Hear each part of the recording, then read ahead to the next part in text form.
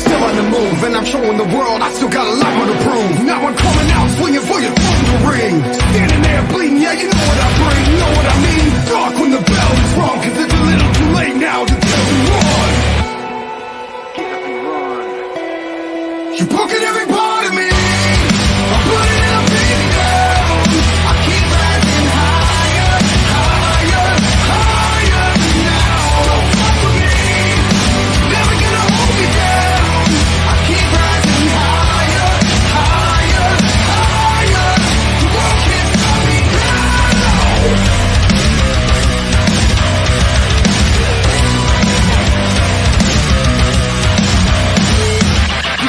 Calm before the storm. I was born for more, now you got me ready for war. Remember my name, everybody out of my way. Back up or get knocked out, this ain't a game. Cause I never stay down when they put me around. See the world stand up when they give me the crown. Now it's go time, do or die, dead or alive. You can try to kill me, but I will survive. I will survive. You're broken every part of me. I'm putting everything down. I keep rising higher, higher, higher now. Don't fuck with me.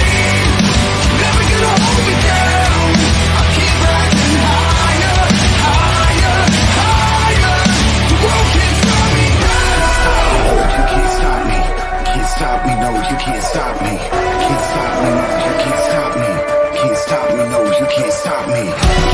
No, you can't stop me. Can't stop me. No, you can't stop me.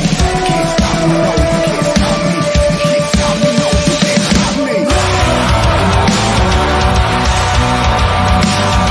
stop me. Can't stop me. No, you can't stop me. Can't stop me. No, you can't stop me.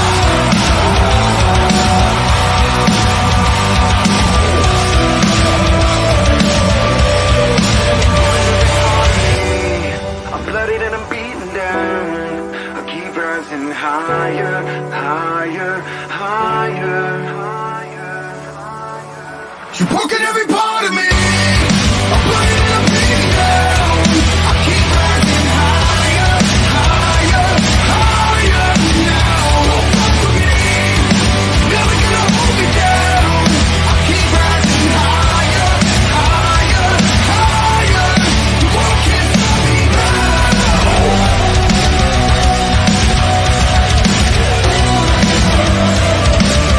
Can't stop me, no, can't stop me.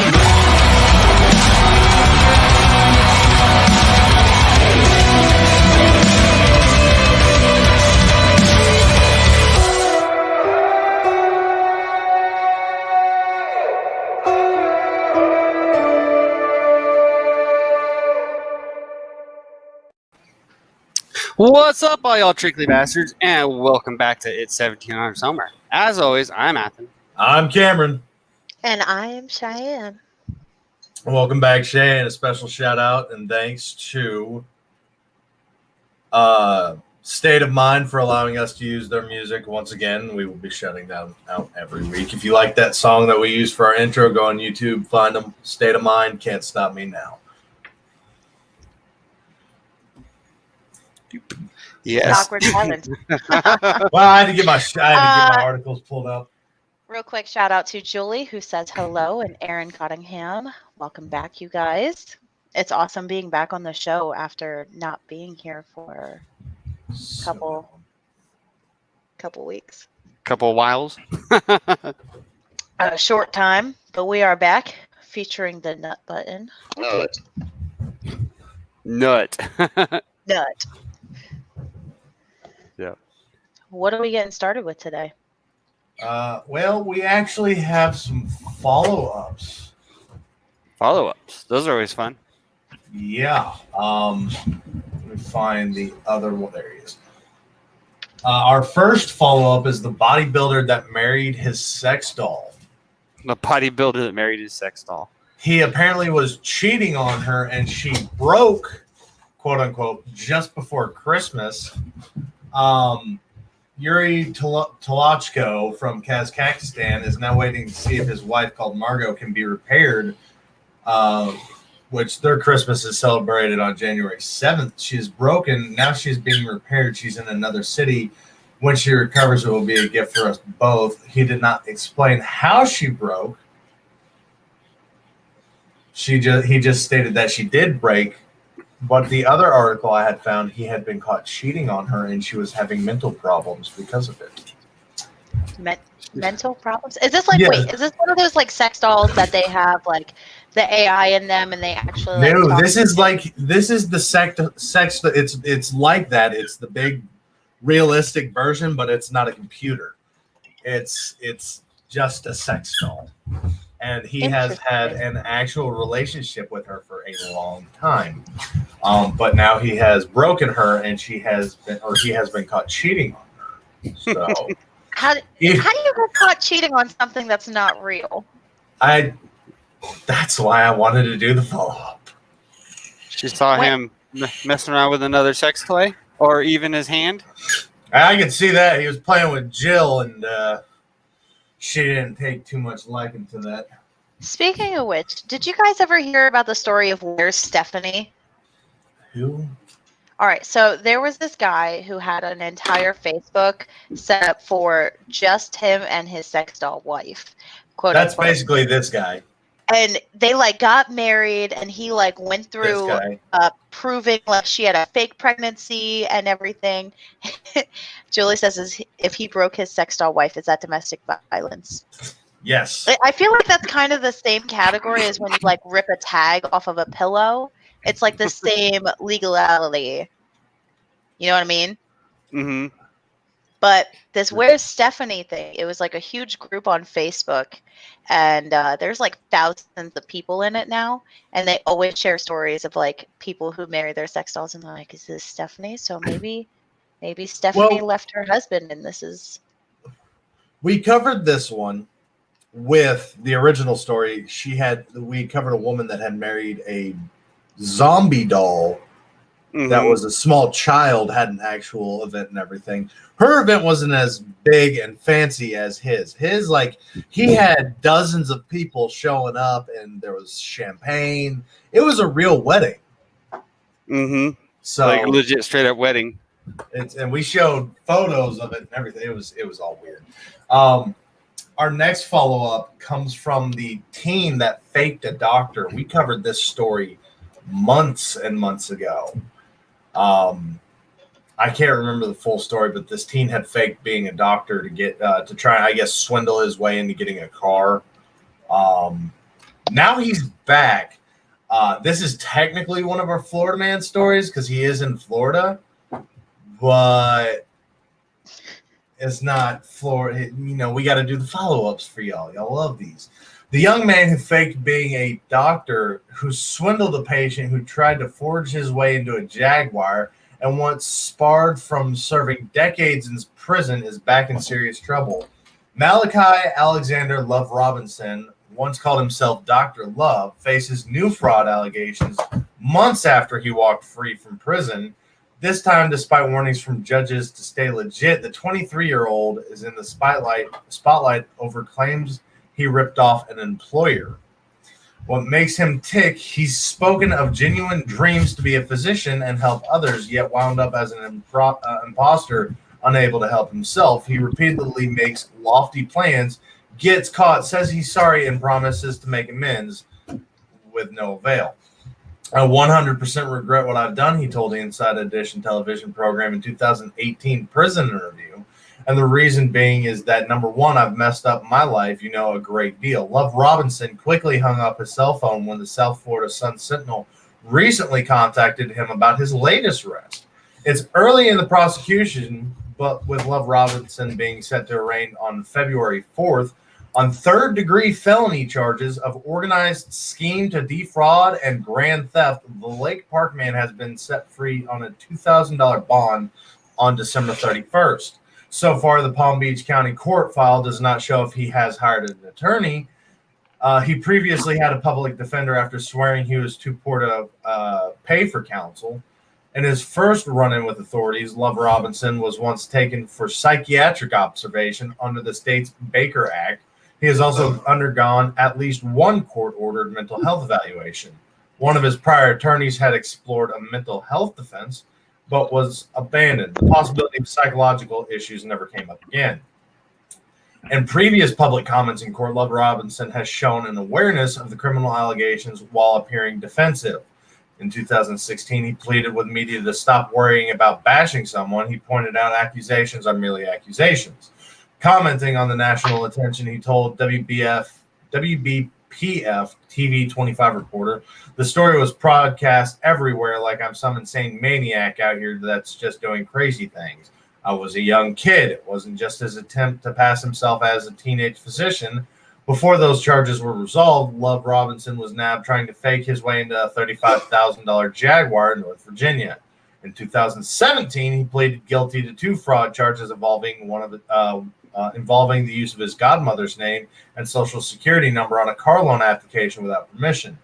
The judge imposed a 10-year prison term, but immediately suspended 9 years of the sentence. He advised the 20-year-old to have good behavior because any subsequent arrests could land him back in custody for a much longer period. In 2018, Love Robinson took a plea deal for a 3.5-year prison term to resolve 14 charges in the fake Dr. Masquerade. This, too, was a substantial break as he avoided the possibility of a 90-year sentence. He admitted guilt on 3 counts: practicing medicine without a license, practicing neuropathy without a license, and grand theft. He agreed to repay $80,000 to his victims, including a bank that held an account for an 86-year-old patient, though court records show he still owes nearly half of it. The new fraud charges, company owner Daniel O'Sullivan called the cops last March with allegations that Robinson stole from the business, which operates as a broker connecting customers or shippers with transport companies. The way it works, a customer pays a fee to the United States of Freight, which in turn pays a carrier to deliver the goods. O'Sullivan's company keeps a broker compensation each time. Love Robinson, using the name Alex Robinson, was paid commissions for handling these transactions between the company and its customers. But while working on orders for 5 customers between January 8th and February 4th, Love Robinson had these clients pay him a total of $10,130 directly instead of his employer as required. He had the money routed to him in 2 days. 4 customers paid him through PayPal or Venmo, so the funds went to his personal checking account. One customer paid $2,675 to a business called National Logistics Division, LLC, which was linked to Love Robinson's name and home address, police learned. Love Robinson created the company 2 months after his release from prison. State records show it is now listed as inactive. I have one question. Yes, ma'am. Is this person white? Black. Really? Yep. What? Is it impossible for black people to commit white collar crimes? No. That got racist. All right. Wow. Okay. So that was exactly what I was trying to avoid. The reason why I asked that question is, Dean. Dean, it's me. The reason why I asked is because of the beginning part when it was like talking about the he got admitted for psychiatric help. Normally, that's only a thing that you see with white people who do really whack shit. That's why I was asking. Not to make this. This is Love Robinson. This is him right here. And he faked being a doctor that young? Yeah. Oh, he I mean, doesn't if even you're look old charismatic enough. enough, People are dumb. you can just say, that what was it, Webster? The TV show with the dude who he played a kid, but he was like no, it was like a 80s show. Pretty sure it was Webster. It was a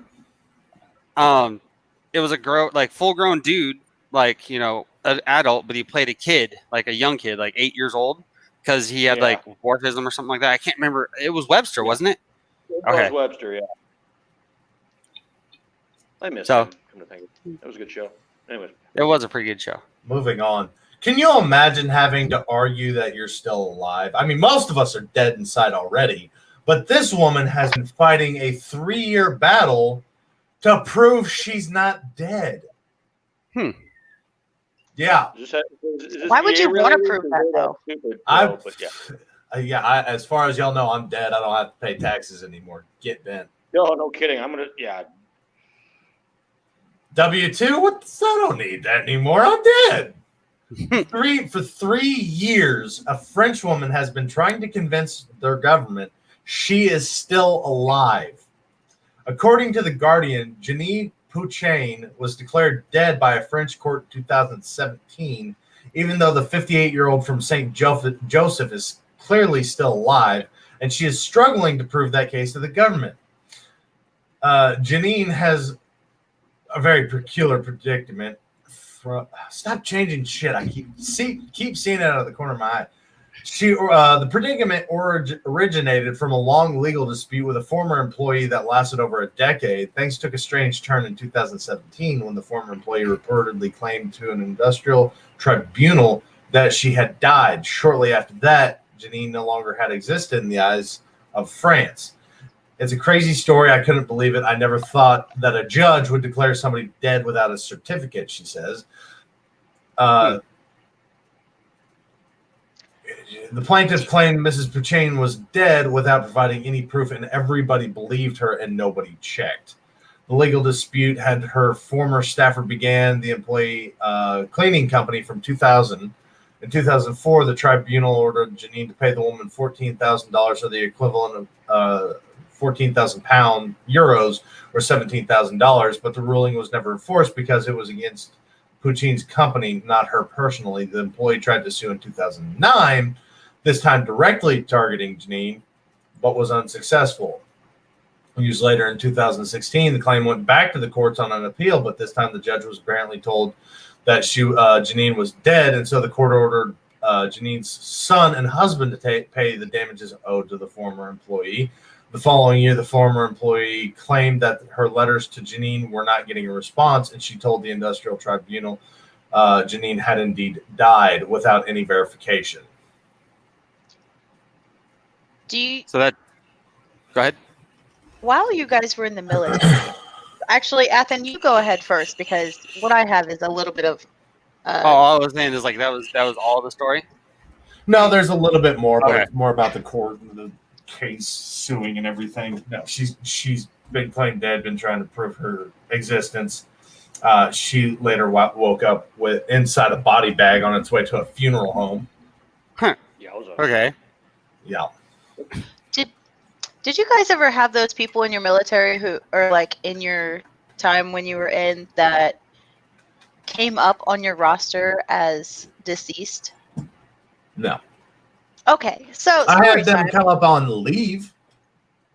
No. So this is like when I was in, there was this one guy in our battalion who like was trying to do everything he could to get out of like deployment and everything. And I don't know how the fuck this happened. Oh, sorry.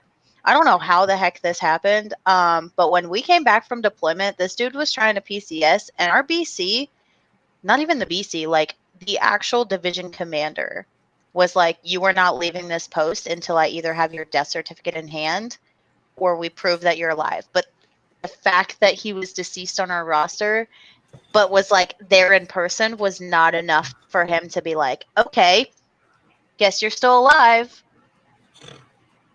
I'll give you a weird story that's something like this, and it's in my book. It was right on my first deployment. I went up to, this was back when the war was just winding up really good, when Fort Snelling was a processing center to mobilize everybody. Something happened like right before Thanksgiving. I went up there, went through the whole mob process. One thing led to another, and I was actually in 2 units at the same time. And both units wanted me in leg irons. Okay. Yes. God is my witness, that happened. And they basically, I was with a unit that was on AT orders. Originally, I was with a unit that was on actual legit MOB orders. Okay. A unit that came in on AT orders that was getting ready to MOB, sucked in everybody they could, and they sucked me out of the unit with the actual MOB orders, and then I appeared simultaneously in the system with both units. Don't even ask me how that shit happened. stuff. No, I can imagine that because it's not a shirt, it's a onesie, by the way. This is an actual onesie that fits me. I like it's it. a challenge. It's a challenge to find clothes that fit me comfortably, and especially onesies. And I found one that's an American flag. So, but I had orders to go to the Rhode Island, if I remember right, originally. And I got, apparently they were overstaffed or some shit, which is impossible to believe because we were under the Obama administration. We didn't have enough bodies to fill any rosters anywhere. And it had me attached to the Rhode Island for 6 months, but I was still in the processing center in Georgia. And I was there doing work, and I was there for so long they were trying to get me an eval, but because my orders weren't attaching me there, they couldn't give me an eval, which screwed me out of getting second class the first time I took the exam. Yeah. This next story is gonna. Quick question before we move on: is it going to be like the policy of WoW Entertainment that every host has to have a needy pet crawling all over them? I mean, if I gotta get one, let me know, and I'll see where I can scrounge up. I'm just spitballing. You started just a order trend, a mail Denny. order bride. It'll be fine. You started a From trend, where? Denny. I'm going to say Russia because China has coronavirus everywhere. Okay, I got. I'll take care of that. Hello, Aaron.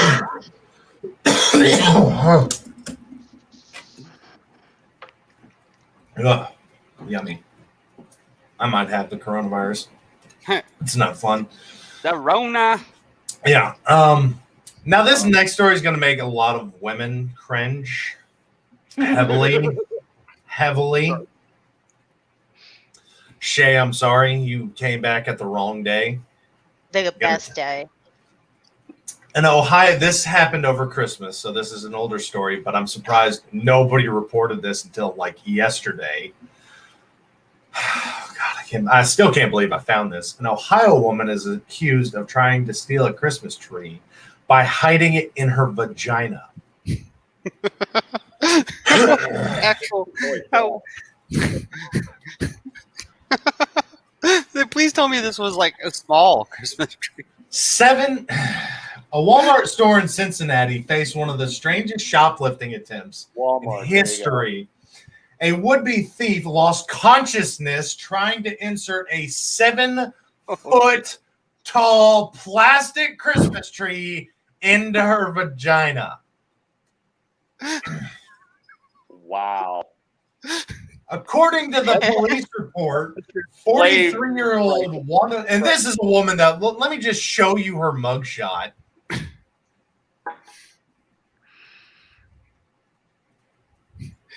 Holy shit. Oh, my eyes. Who's she looking at? Oh, my eyes. Oh, I'm blind. Oh. Wow. Who is she looking at? She's looking at us and the Christmas tree at the same time. Wow. According to the police report, 50-year-old Wanda Brown took a 7.5-foot slim Yuletide pine Christmas tree with her inside the store's restroom with the intent of inserting it entirely in her body's cavity to steal it. Unfortunately for her, the pain caused by the insertion was too great and she lost consciousness before the end of the process. She was found lying bloodied and senseless on the floor in the middle of the restroom by other customers who immediately called 911. Lucy Myers, one of the women who found Ms. Brown and called the paramedics, she says she thought the woman had been the victim of an extremely savage aggression. When I saw her, at least 2 feet of the huge Christmas tree had been shoved in her vagina. Officers I of the want to Cincinnati know. It gets better. Officers of the Cincinnati Police Department were rapidly dispatched on the site, expecting a manhunt for a sexual offender.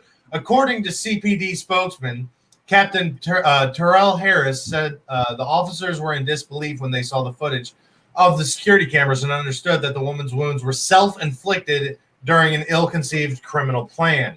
When we saw her go into the restroom with the tree and noticed that no one else was entered with her, we understood and instantly felt nauseous. This is the dumbest crime we have ever seen.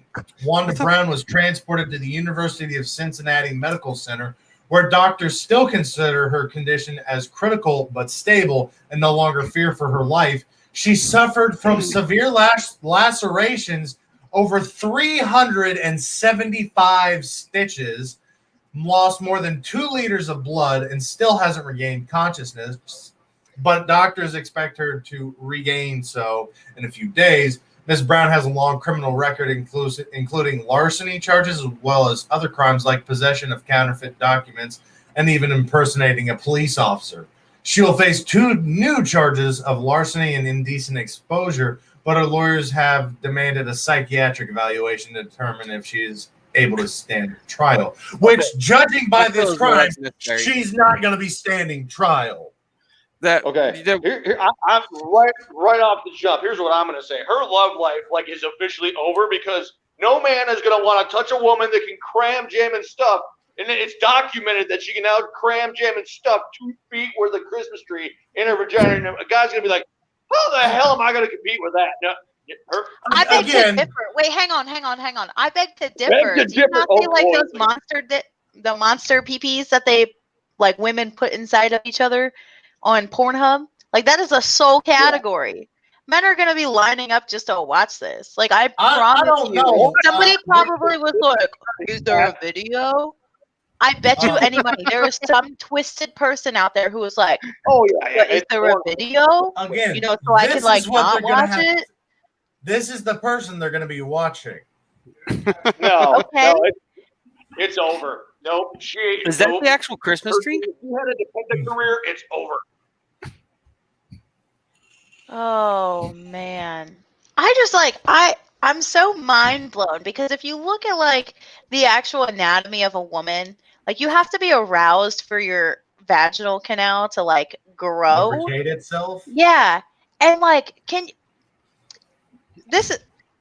okay, you said this was a bad time for me to come back, but I think this is going to be a bad story for you, because you've never pulled something dry. let me not do this. Okay. No, you've never had something inserted in you while you're dry. Okay. So can you imagine the pain?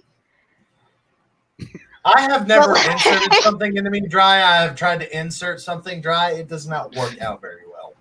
Yeah, but a pine tree doesn't have feelings. Oh my God. Sex education with our hyper kid. 2 feet of tree in her vagina. What more needs to be said? It's wow. It's beginning to once she started to bleed, Christmas. When she started to bleed, it was lubricating up for her. Yeah. Oh no. Have you ever used blood as a lubricant? It dries out really fast. Yeah, it doesn't last very long. 2 liters of blood. She's bleeding profusely. Oh man. From her vagina. Her dependent career is over. I warn everybody here today, by the way. I warn everybody this shit show is going to happen today. So none of y'all can be like, "Oh, this is wrong." No, I gave y'all fair warning last night.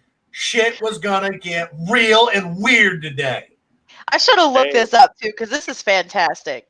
Hey, I'm glad I was invited on, because this I needed this. I need to feel a little bit less messed up in the head, and this hit the spot. Thank you. I feel we have those days where we're all just sitting here, because I agree.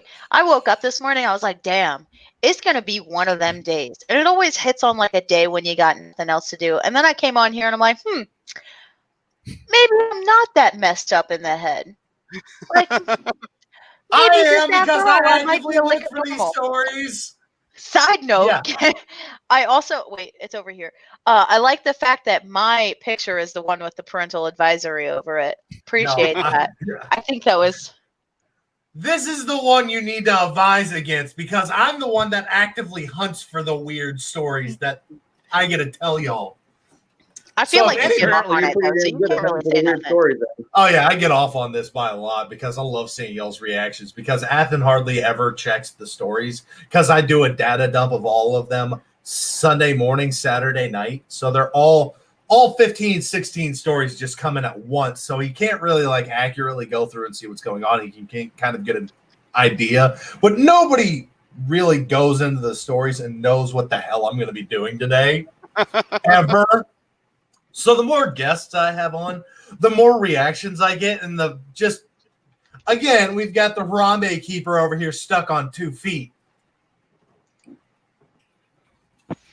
So, Note to self: make sure we don't have any Christmas trees, and then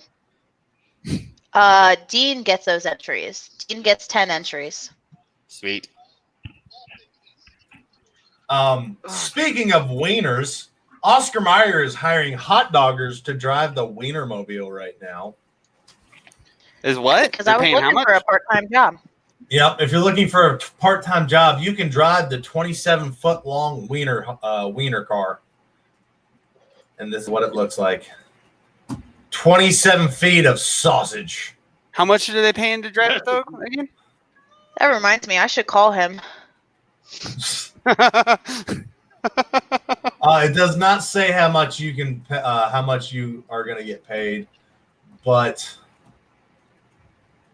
You gotta get paid a lot to ride the wiener. oh wow, in order to That'll drive be the wiener, you have to have a bachelor's degree, preferably in public relations, journalism, communications, advertising, or marketing. Through applications are not limited to these degrees. A minimum cumulative GPA of a 3.0, excellent communication and relational skills, outgoing, friendly, and passionate personality. Bilingual candidates are highly encouraged. Required valid driver's license, including a favorable driving record. Legally authorized to work in the United States. Must be able to work major holidays. Desire and ability to spend the year on the road as an ambassador for Oscar Mayer. And must be comfortable with daily road travel in the Wienermobile and staying in hotels or short-term corporate housing. Yeah, because it's like a sponsorship position. Like you are basically the sponsor of Oscar Mayer. But you know what I'm talking about, like. But it does not tell, even their application process doesn't tell you how much you're going to make. I'm sure it's going to pay pretty good. So who wants to go ride the wiener? Don't ride the wiener in Wisconsin. I don't meet the qualifications. Yeah, I mean, our last lady got 2 feet. She's still got another 25 feet to go. That lady, like with that lady's eyes, she could look at the front and the back of the wiener at the same time. Yes, she got it covered. Like, she got no blind spot.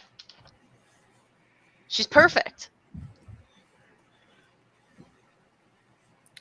Perfect. Well, I'm gonna get this. I'm gonna get her this job application, and we'll kind of keep an eye on stuff. Oh, she'll keep an eye on everything.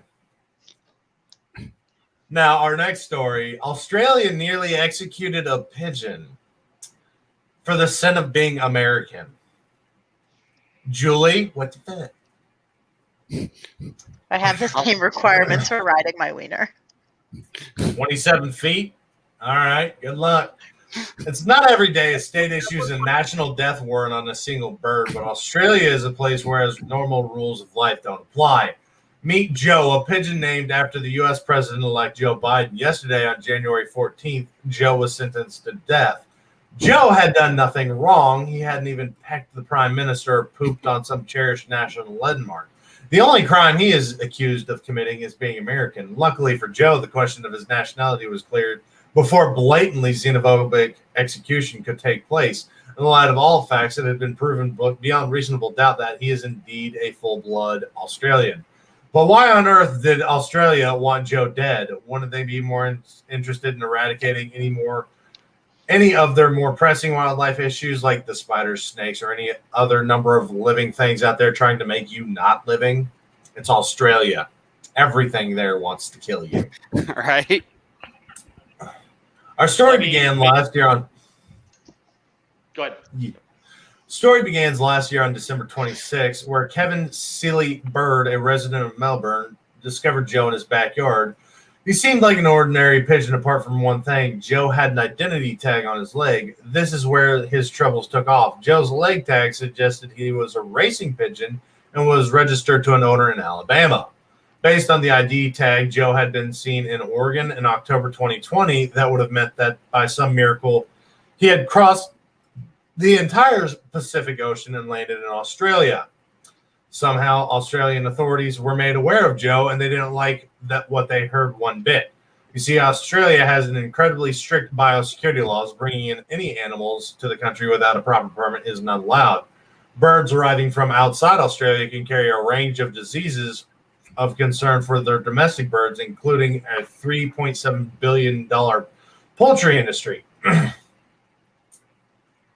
So it seemed as though Joe was an illegal alien on Australia's soil, to put it mildly. The Australian government was not going to stand for that. In fact, the Australian Prime Minister, Mitchell McCormick, straight up said Joe was about to get a trip to the executioner's block. If Joe had come in any way that was not met our strict biosecurity measures, then bad luck for Joe. Either fly home or face consequences. The DEWA showed a bit more tact in the response. The agency isolated the bird for further investigation, said it was cooperating with Silly Bird, Joe's finder. Still, they weren't exactly working towards saving Joe's life either. While authorities were thirsting for some avian blood, the public rallied to support Joe. Soon, a Change.org petition to spare his life popped up and started attracting signatures. Not all officials believed it was right to execute Joe either. Andy Medic, a lawyer in the state of Victoria where Joe was found, and a member of the Animal Justice Party, called for a pigeon pardon. Should the federal government allow Joe to live, I'm happy to seek assurances that he is not a flight risk, Medic said, according to the AP News. Even Victoria's health minister, Martin Foley, weighed in. I would urge the Commonwealth's quarantine officials to show a little bit more compassion. I thought this is just a feel-good story, and now you guys want to put this pigeon away, he said. It's not on you, you know. You can't do that. There has got to be other options. So, yeah. We're going to kill a bird because he's American. I mean, other than the fact that he's named after President-elect Joe Biden. Well, Yeah, but to be fair. To be fair. Did the bird have any habits of, like, speaking completely incoherently or groping other birds? Or, I mean, could that have been it? I mean, I'm just wondering. Birds aren't real. They're all government drones. God. Okay. There you go. Never mind. You good? You good? We good. Okay, we're moving on. See this cat in my lap right now. In New York City, a woman allegedly stole a mail truck and crashed into over 10 cars. Yeah. Y'all want to watch the video for this one? Wrong kind of bumper cars, but hell yeah, let's do it.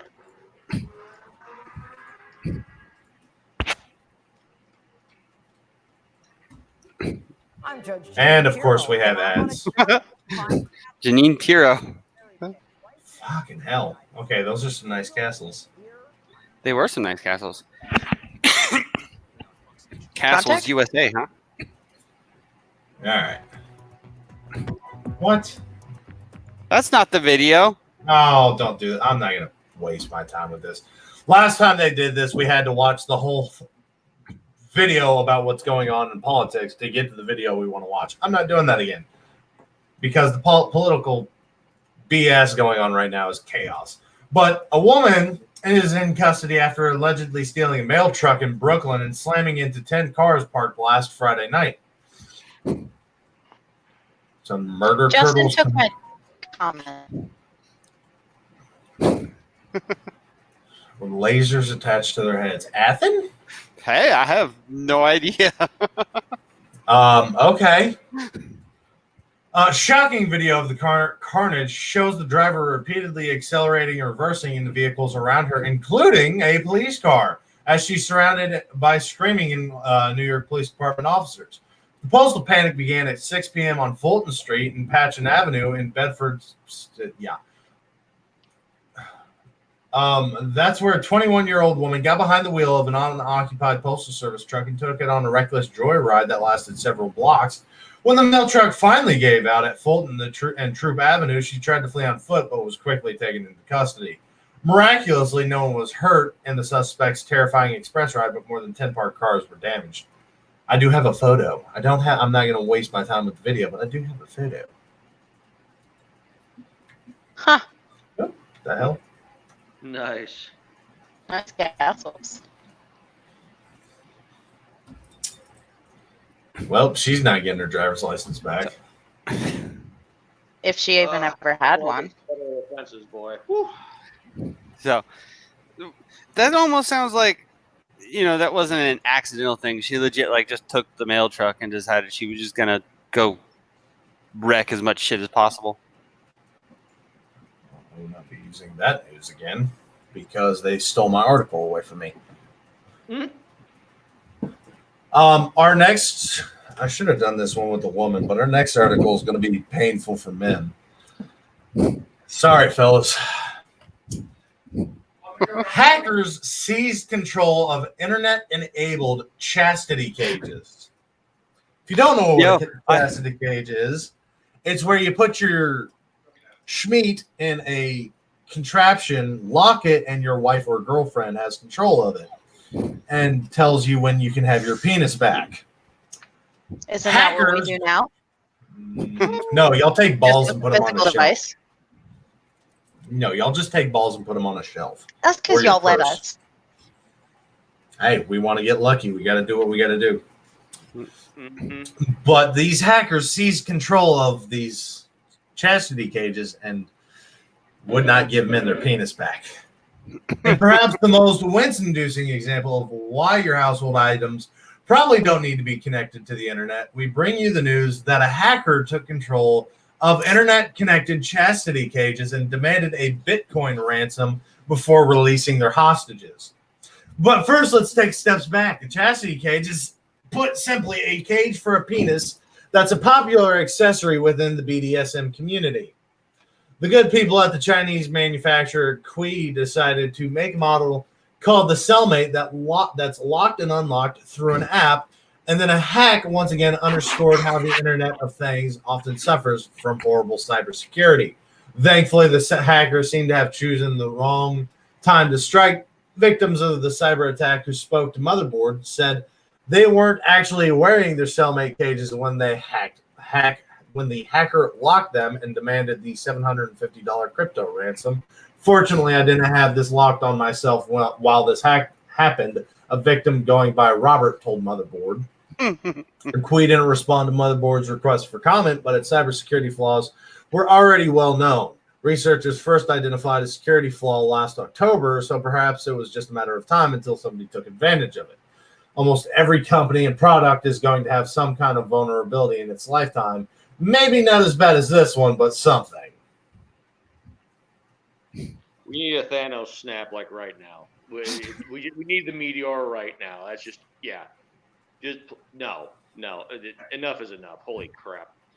Actually, Goro, I was on submarine, so I know how to row a boat very well. The reason I'm called the Broken Viking is because I am a giant male with Scandinavian descent, and I have had a back surgery and need another back surgery. So, I'm so who is this person? I think he's just an internet troll. Yeah, he's from Twitch trolling. He's He's not being malicious troll though. No, he's being a funny troll. But if you really wanted to know why I'm called the Broken Viking, that's why.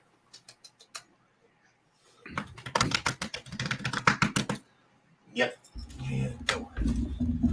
Oh, stepping on my nuts. I just want to know how he knew about the science class. Exactly. That's what I want to know. How do you know your secrets? Who Well, sent Chey, you? lucky you got a stalker. Get in line. Now, as I said last week, Good. the internet is quite a bit of politics right now, especially going over with the tensions and trying to label the patriots that stormed the Capitol as terrorists, even though another two groups were burning down their cities actively. And I don't want to get into that because that's a whole can of worms that will take me about 4 hours.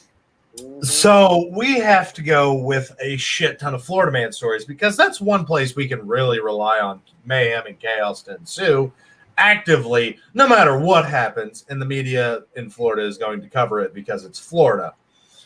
So again, we're a little early, but it's time for our OSHA violations of the week. So over in the comments, we had this is Tom's World from YouTube checking in and said, "Hey everyone, hope y'all are doing good." So, What up, Tom? what up, Tom? In relation to the MySpace, Tom?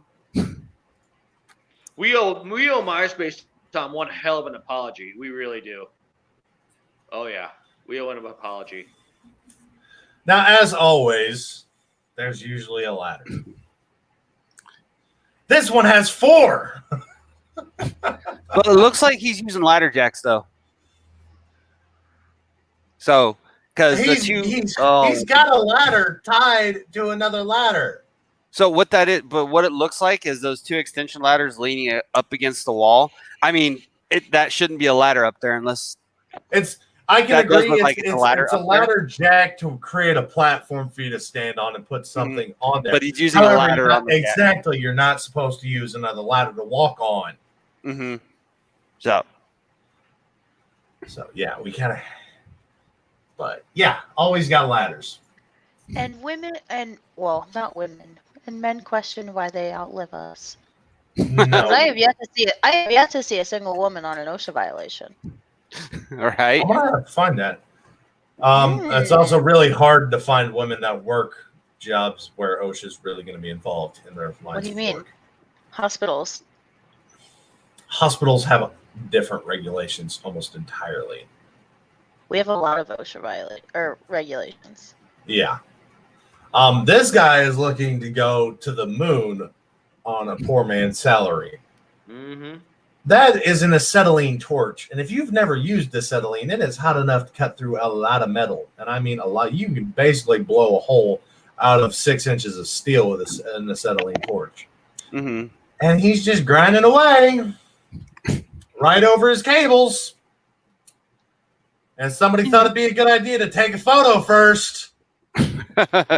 Like, these are what get me every time, is somebody had the balls to watch this shit and take a photo instead of being like, no.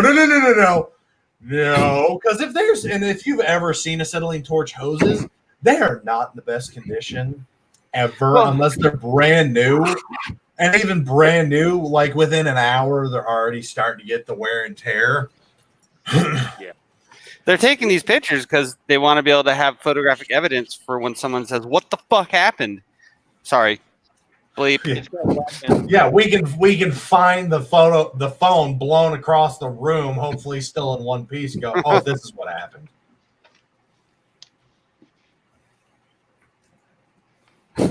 This one took my ladder for the day. This one was this is probably the best ladder one I've ever seen. Because I mean, yeah, he's not following the 4-to-1 ratio at all, but you can extend that ladder at least one more rung. The problem is you get over that comfort zone the ladder's supposed to be operating at there. And 2, it's not leaning on anything. That's a lean-to ladder that's not leaning on anything. Well, and like Fire Academy, they do actually do stuff similar to this. You know, they have lines tied to it, and there are other cadets out with, you know, ropes tending the ladder, but then you also have 2 cadets down at the bottom of the ladder holding it up, and each person has to climb. 2 cadets holding the ladder down at the bottom. Each one has to climb to the very top, climb over the top, and then climb down the other side. Okay, no, fuck that. Oh, forget that. Yeah. Who wants to go up first? Who's willing to do this? I'll hold it for you. Right. My only concern.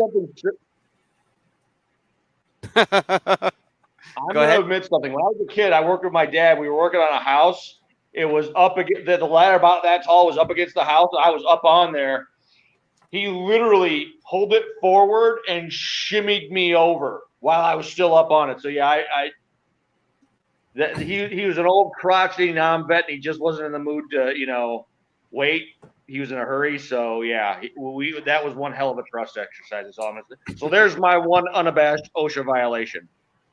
I've got plenty I will not be discussing. Yeah, exactly. But it's like, I remember I used to, like, when I was going to college in Northern California, between classes, I'd sit out in the parking lot and watch the guys in the firefighting academy doing that. I'm like, they got some balls. I think I just broke it, Chey. because they're doing it in full bunker gear too. I think I just broke Chey. Well, I'm a little like baffled because I didn't know they made zip ties this big, but it's funnier than hell to me because we used to mess with zip ties all the time when I was in the military, and those things are strong. Oh, they're strong, So, like, but are they strong enough to hold crumbling concrete with saran wrap on a bridge? Yeah, are they strong enough to hold a bridge together? That's the question. Because it's not just one. It's right every single one of them. And this one's just done. Like there's rebar rusting away right here, which if you don't know, rust will eat zip ties slowly, but it will affect that plastic. But this is what caught my eye right here because they were trying to prevent the rebar from coming through. They were nice enough to saran wrap it. Well, and those are the white ones, so those aren't even supposed to be used outside. You're supposed to use the black ones outside with the weather. So those are going to get freaking deteriorated by the sun, and they'll break real easy in a very short period of time anyway. I'm pretty sure my big ass or, somebody bigger could lean on that, and it's just going to say, bye. It was nice knowing you. hello. Now, as promised, Florida man mayhem. I can never get over the fact Florida. We need a border wall to help with the immigrant problem, but we need a border wall around Florida so you can pay to go into Florida and watch the people because Florida is just a giant people zoo. Mm-hmm. That's it. Mm-hmm. This first Florida man. Now, some of these articles are fairly old. This was from 2017, so this is one of our What the Hell Florida of the Week. This Florida man was in a standoff with deputies for 8 hours, and when they finally arrested him, his excuse was, I was shooting rats. You were in a standoff with cops for 8 hours, and that's the best excuse you can come up with? Really? An 8-hour standoff in Palm Harbor ended with a suspect telling police he was shooting rats in the backyard, according to the Pinellas County Sheriff's Office. Deputies responded to a call in the area of County Road 1 and Curlew Road in Palm Harbor at approximately 3 a.m. on Sunday after multiple neighbors reported they heard several gunshots in the area. Deputies arrived on scene and heard about 5 gunshots, which they said sounded to possibly be from a rifle. The shots were coming from a residence on Canopy Oaks Boulevard. The suspect is Stephen Jones, 51 years old. Deputies set up a perimeter and attempted to make contact with Jones for 8 hours. At 11:22 a.m., Jones finally walked out of his house and he was taken into custody without incident. Inside the home, deputies found a .223 rifle and many other weapons. They also observed drugs in the home. A home nearby was struck with one of the rounds. No one was injured. When deputies arrested Jones, he told them he was shooting at rats in his backyard. Jones was charged with one count of shooting into an occupied dwelling, possession of marijuana, possession of alpalzum lamb, and booked into the county jail. Later released on a $27,000 bond. So, I mean, probably if he didn't have the drugs in the house, he would have been all right. No, because he was in a neighborhood shooting a rifle. So, nope. But I've got one gun I'll shoot in my neighborhood, but the only way I'm going to shoot it is if I can get that suppressor because it'll make it whisper quiet. And I will only shoot the nuisance animals that we have around here. Yeah, but how big is your area that you live in? Do you have I'm in houses everywhere kind of neighborhood. Okay. I would get in severe trouble if I discharged any one of my guns. Yeah. I wouldn't fire a firearm anywhere like that, but there are neighborhoods that I've lived in where I've mostly lived my entire life where, our lot is, several acres and all that stuff. It's you can usually be able to safely use a firearm out there. I'm just saying, I got some problem pests, and they need to be dealt with. BB guns work good for that. Yeah, but if I'm going to spend money on a gun, I actually got in an argument with another veteran. We were talking guns. Get this, we were talking guns, and a veteran, and he showed me his collection. I'm like, wow, that's real impressive. What calibers are they? Oh, they're all airsoft. Wait, what?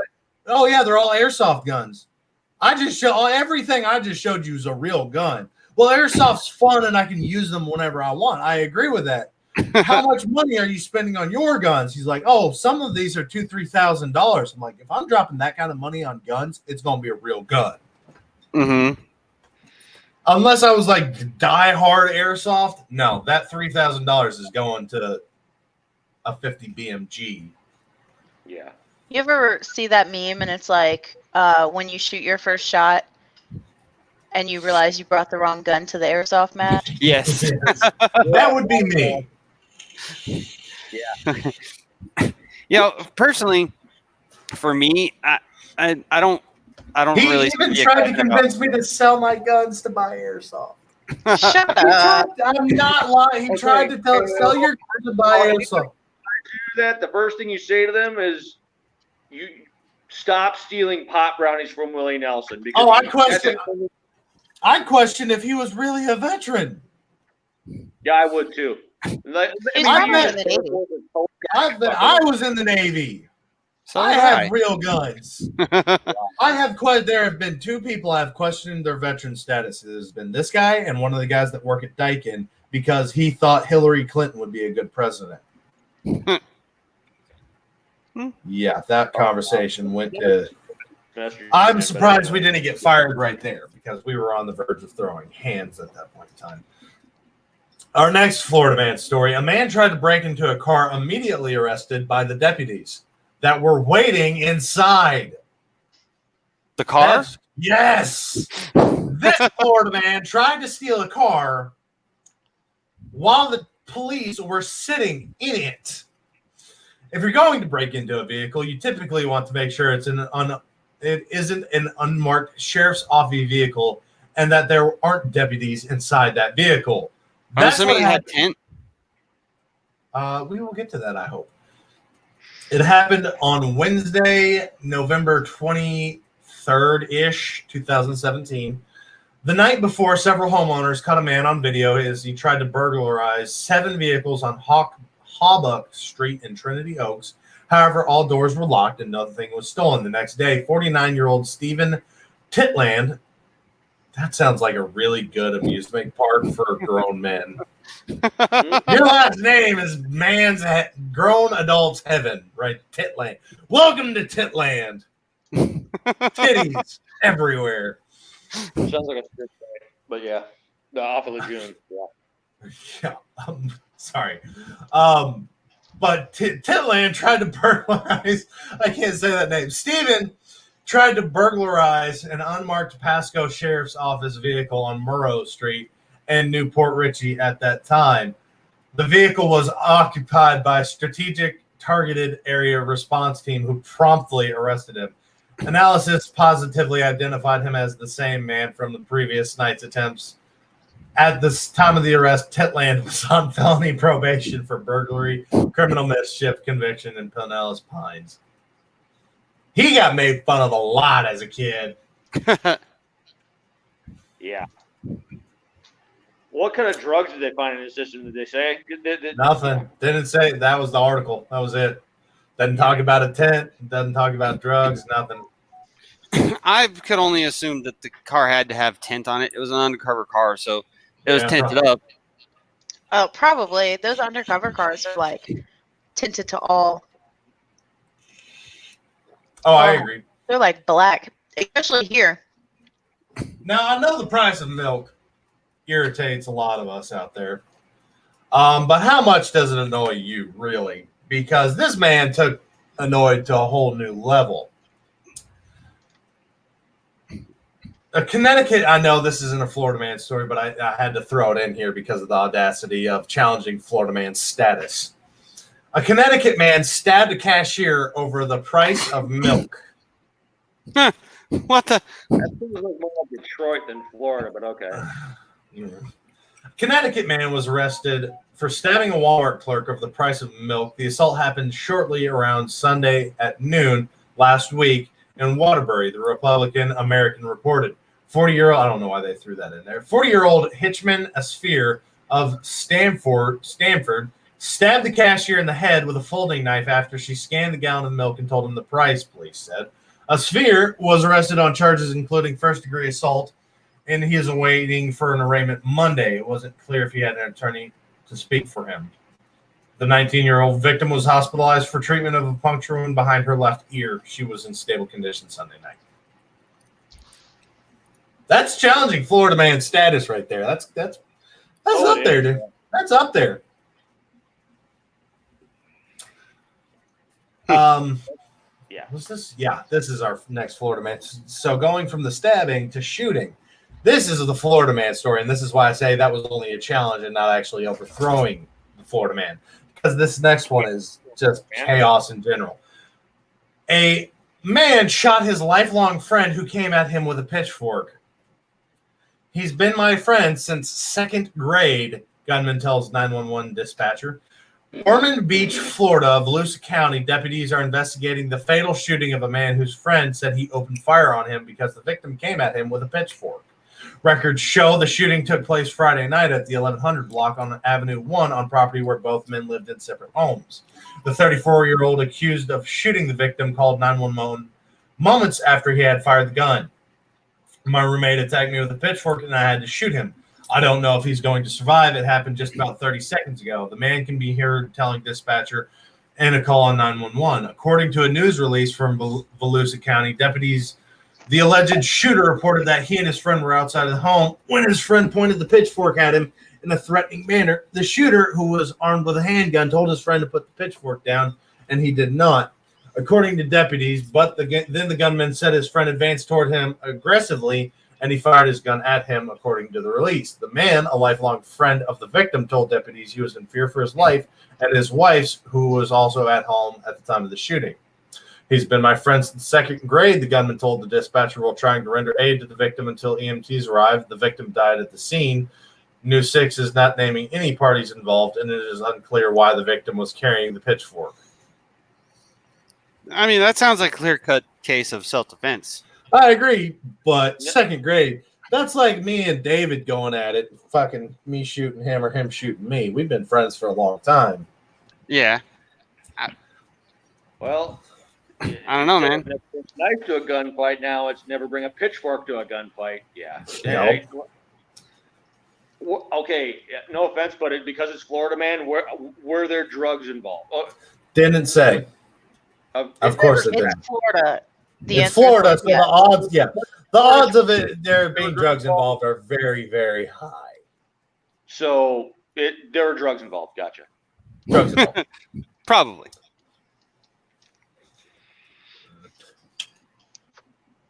Ammo badges from Mississippi Police Department were found during a Florida traffic stop. Suspect found hauling stolen trailer is former cop, deputies say. Flagler County, Florida, a former officer who was caught hauling a stolen trailer was found to have badges and ammo from the Mississippi Police Department, where he once worked, according to the Flagler County Sheriff's Office. Deputies said a license plate reader got a hit on a trailer which had been reported stolen out of Daytona Beach around 10:30 a.m. Monday, and the real-time crime center was immediately activated to locate the Chevrolet Tahoe towing it. And deputies for Flagler County Sheriff Rick Stalley and Bunnell police officers conducted a felony traffic stop at the Circle K at 500 East Moody Boulevard, records show.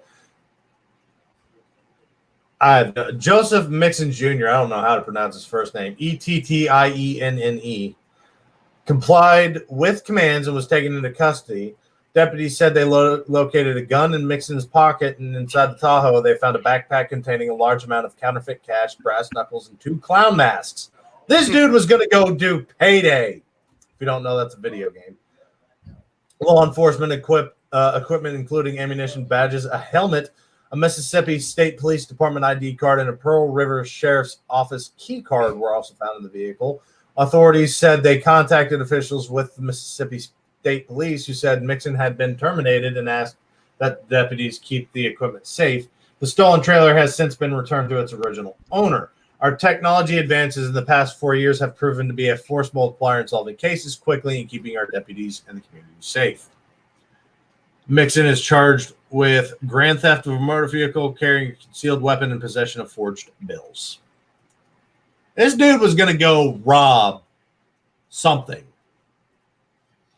I was just going to be like hashtag severance package, but that's just me. But No.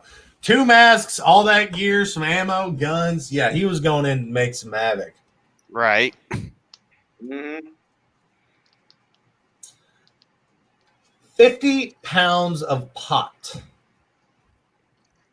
Guns and cash. 50 pounds, you heard me right. 50 pounds of pot, guns, and cash found in downtown Orlando penthouse. This, yeah, very much so. Very much so. Get that down? Very much so. That's a lot of weed. Yeah. Orlando, Florida. Orlando police served a search warrant on January 6th to a penthouse suite at the 55 West apartment building downtown and discovered a slew of illegal materials, including drugs, guns, and more than $200,000 in cash. Orlando police said after receiving a tip from the Drug Enforcement Administration, a team of the OPD Special Enforcement Division carried out the warrant at 55 West Church Street at 11 p.m. Inside the penthouse, officers found 50 pounds of cannabis, 15 grams of meth, 6 guns, and $208,000 in cash. Damn. Orlando police shared several images of the seized items that appeared to include at least 2 semi-automatic weapons and several handguns. The bags of marijuana take up about 2 conference room tables. No arrests have been made in the case. That's it. That's the article. You put 50 pounds of you put 50 pounds of weed in a room with Snoop Dogg, Willie Nelson, and Cheech and Chong, and it's going to last about an hour. Yeah, that's gone in one day.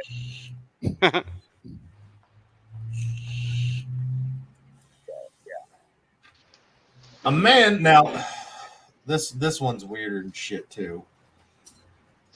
This is another what the hell Florida of the week, so prepare yourselves. A man is accused, and I'm surprised this was at a Target, not a Walmart. Target's the nice side. Walmart's where you go do your sketchy stuff. Right. A man is accused of squirting conditioner on women and pleasuring himself at a Target. I don't think it was conditioner that he was squirting on these women. Deputies arrested a 27-year-old man accused of squirting conditioner on the backsides of women at a Target near the USF campus. Deputies say he was masturbating as well. Deputies arrested Brian Boyd around 4:30 p.m. Sunday for the crimes. According to the arrest report, surveillance cameras captured the incident. He's charged with 4 counts of battery, 1 count of indecent exposure, and 1 count of resisting arrest. According to court records, Boyd was arrested twice in 2015 on charges related to exposing himself. One of the cases was dropped. He was convicted for the other. This sounds suspiciously like a story of like a Pornhub prank video or some shit like that. Yeah, I don't think he was squirting them with conditioner. No, I don't think so either. No, They're just trying to say that so the women reading this aren't vomiting. We're still vomiting. Throw up a little bit in your mouth. I'm not gonna go there. Now that's all our Florida man stories for the week. I told you there was going to be straight chaos with that shit. Honestly, I thought these were going to last a lot longer. Unfortunately, they did not. I've only got two articles left, so if y'all can find something within the time frame, or we can open it up to questions after everything's said and done, go get your ass out of my face. We will do so. However, I want to talk about how soft society is nowadays. A small hamlet of Swastika, New York, votes to keep the name despite the complaints. Yes, a small town named Swastika voted to keep the name, which good for them. But the fact that they had to vote on changing a town name is ridiculous. Stop being a bunch of soft pussies and grow up. history is there for you to learn from it. It got named that for some reason or another. Oh, well, that's your town name. Don't like it, don't move there. Swastikas are a Buddhist thing, though. That's a true fact, and I didn't know that until my ex-husband actually had a swastika tattooed on his bicep. It's still kind of concerning, but okay. I mean, my ex-husband is Buddhist, definitely a Nazi, but the Buddhist swastika is backwards from the one that the Nazis used. But yeah, it's on the belly of Buddha. The swastika is on Buddha's belly. But this rural upstate New York hamlet of swastika is keeping its name despite a complaint that it symbolizes the hate and intolerance of the Nazi regime. The unincorporated crossroads in the... What the fuck, Gunny? Y'all heard that, right? Mm-hmm. No? He was just over here fucking screaming at my TV. There's nothing on for you to scream. What the fuck, dude? Oh, I'm gonna have to let him know for that. Yeah. He probably knows he's getting his nuts removed tomorrow. He's like, I don't wanna. Stop getting dark out. Real quick. Yes. So I just Googled the swastika thing. Mm-hmm. And apparently it's on Buddha's chest. And it's supposed to mean... Chaos. No, it doesn't mean chaos. In essence, we say swastika when we want to say good morning or good afternoon. In fact, to not say swastika would be considered very rude in Thailand. Mm-hmm. So there. Stop being a bunch of stuff little puppy. Look and see if you can find on Google where it talks about it being a Buddhist symbol for unity. Yeah, there's another part. It's like hidden like way down. It says it's at least 2,000 years old, and in Buddhism and Hinduism, it actually means "May you prosper." Okay. Shit. Okay. Close enough. Okay, well, that basically covers everything that the article was going to cover. So something that was something it's that peaceful. You're trying to rename a town because you're a bunch of uninformed softies. Yeah, something but that is people do that anyways. Like, look at all of the Confederate. There's literally a place here called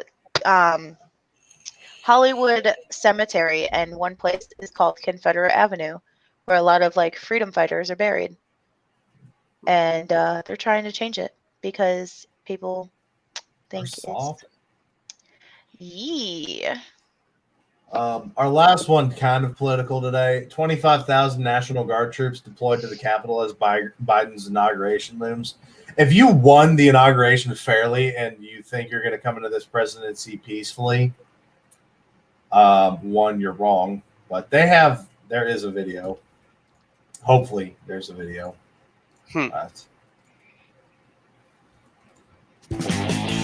With a commercial.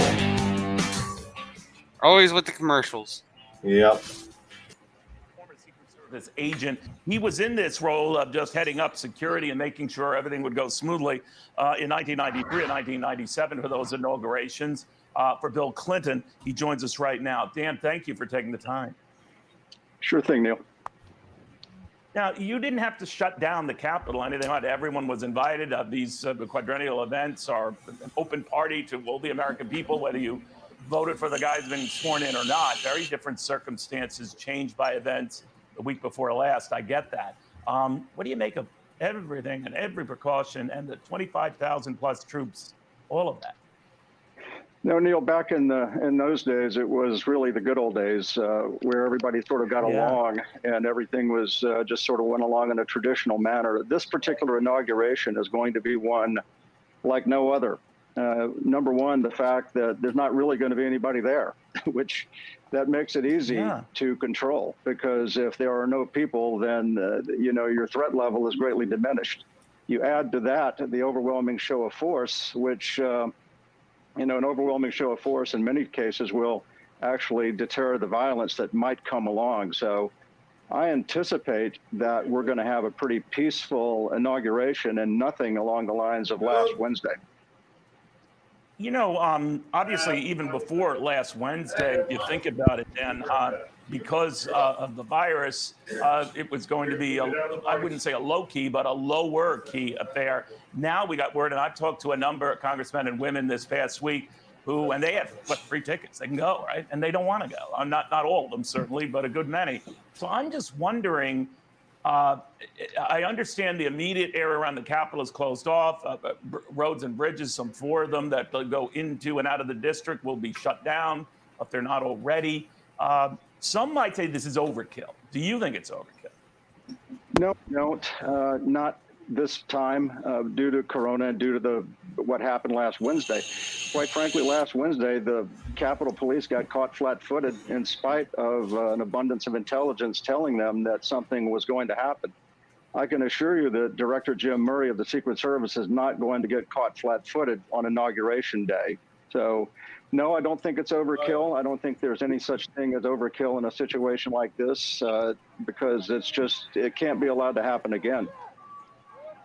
You know, Dan, the added threat is not so much the Capitol right now, but this weekend, given the fact that a number of Trump-friendly protests were supposed to take place this weekend, are scheduled to go, and a number of governors have taken, efforts to make sure they don't get out of hand.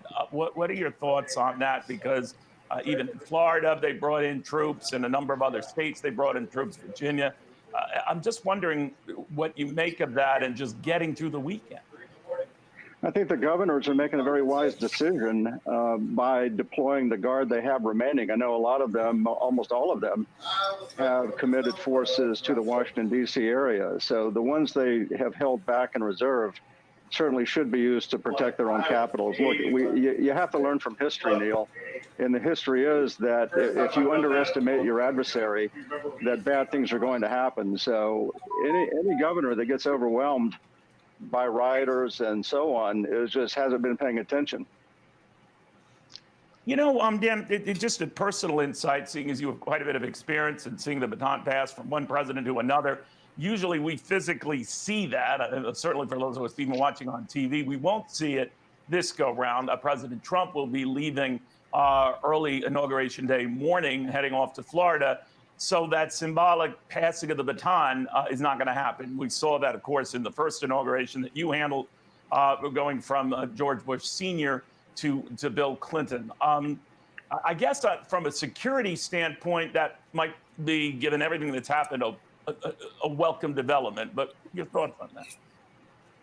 Well, the simpler the better. Normally every 4 years, the Secret Service would dust off the playbook from the last inauguration, makes a few adjustments, and it's business as usual. That's just not the case here.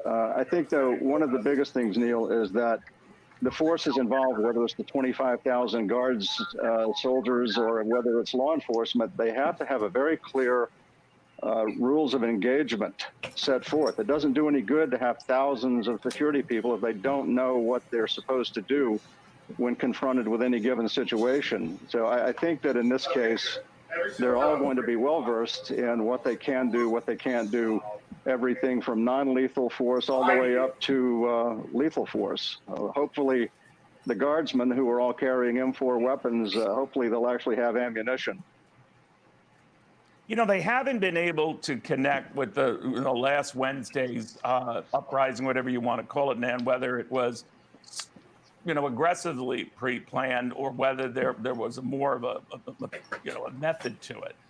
They haven't determined that yet. Still, a Capitol Police lieutenant was relieved of his duties for wearing a MAGA hat. There are others that apparently are part of a widening probe, a sweep of more than 300 individuals at last count.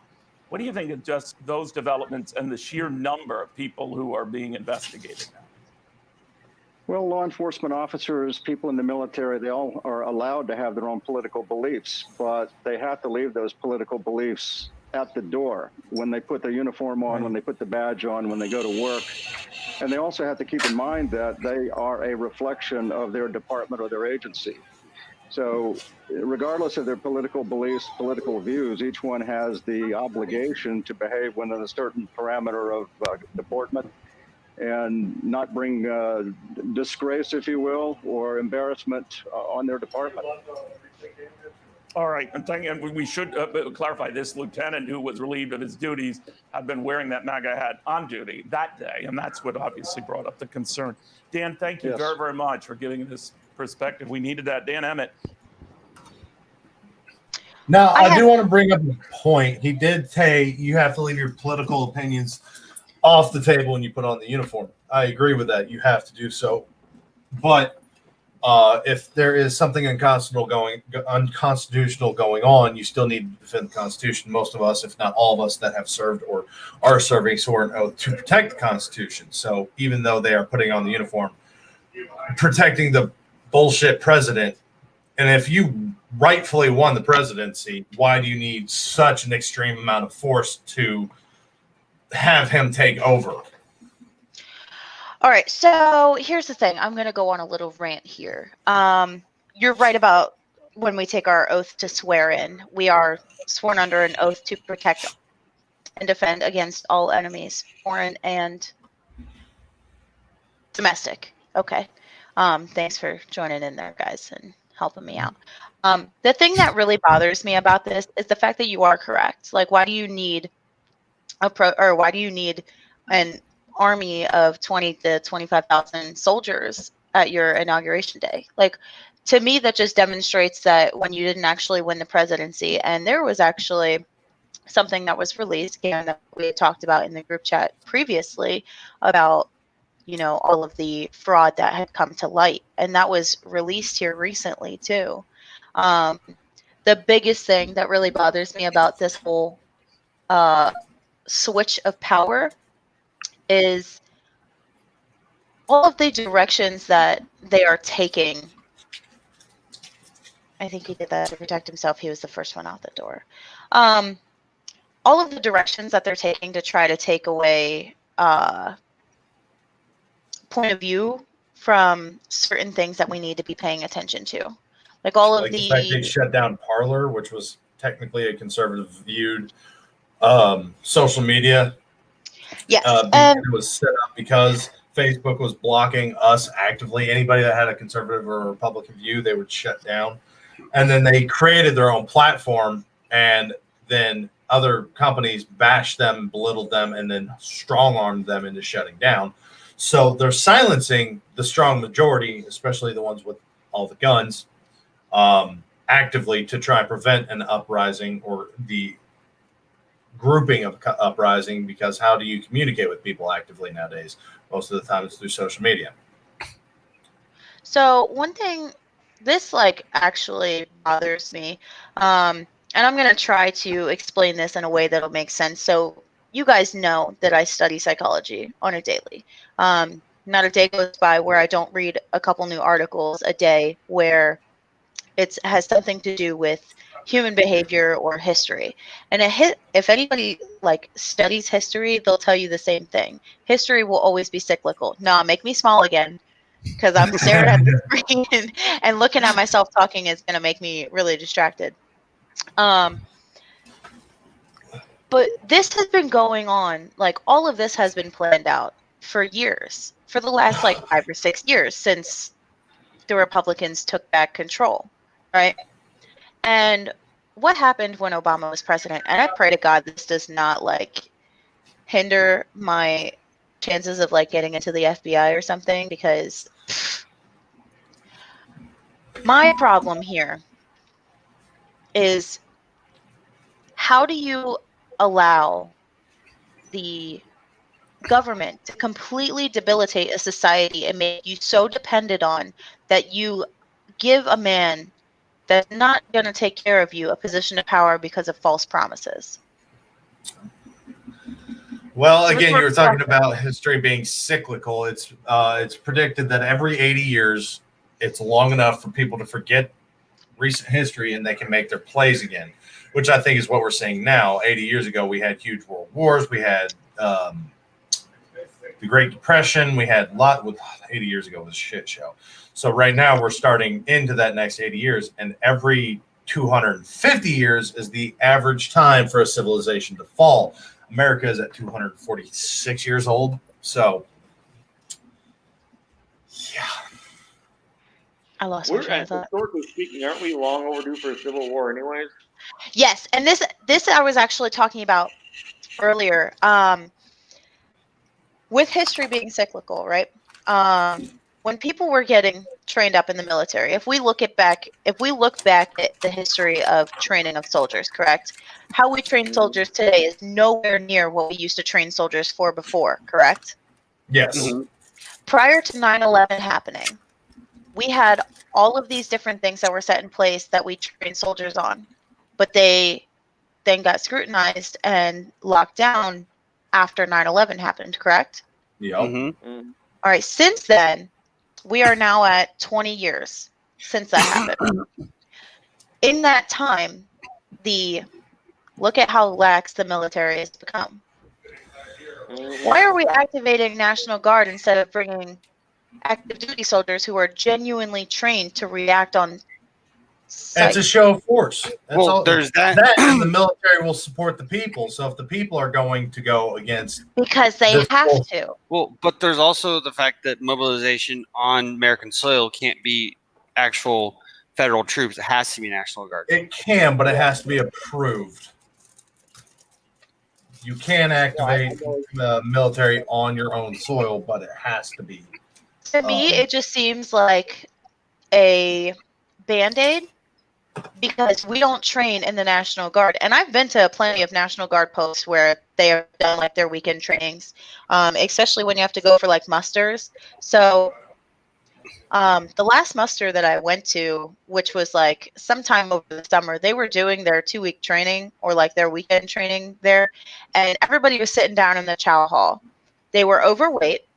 There was no training. And for the duration that we were there, pretty much everybody just sat around and twiddled their thumbs or like dicked off. Again, you're that's gonna why I tell me think that it's just those a show people- of force.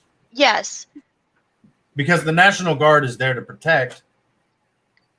but protect what? And- They don't know what they're doing. Exactly. They're set up to protect in America, but they're not really trained for anything, and they haven't had to do anything for such a long ass time. The National Guard also is technically not a branch of the military. They kept saying the National Guard's military. No, they're Homeland Security, not Department of Defense. So, But doesn't it just seem like a giant liability?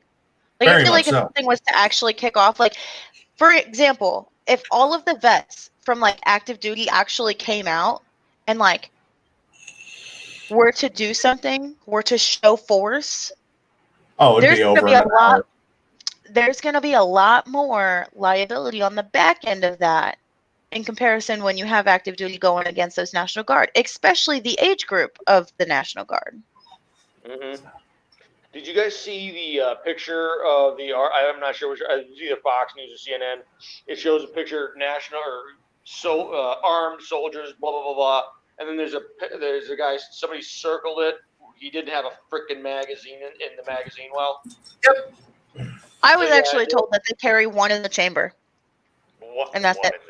Yeah, they got to carry one in the chamber for themselves. Yeah. That's it. Because I can guarantee if something actually does pop off, I'm getting in my truck. I'm making a drive, dude. Like this, it's the amount of corruption going on right now is it's baffling to me that we haven't had more problems yet.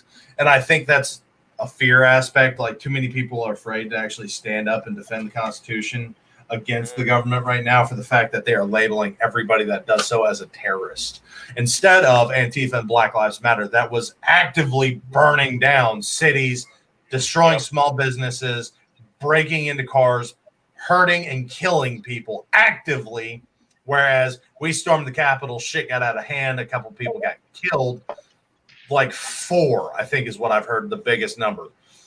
And that was the biggest.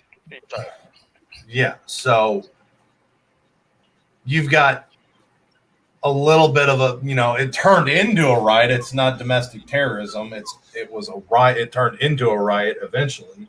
I will call it that. It did escalate. You see the part where they're like all orderly walking through the Capitol tundra, like on the tour, and they're staying.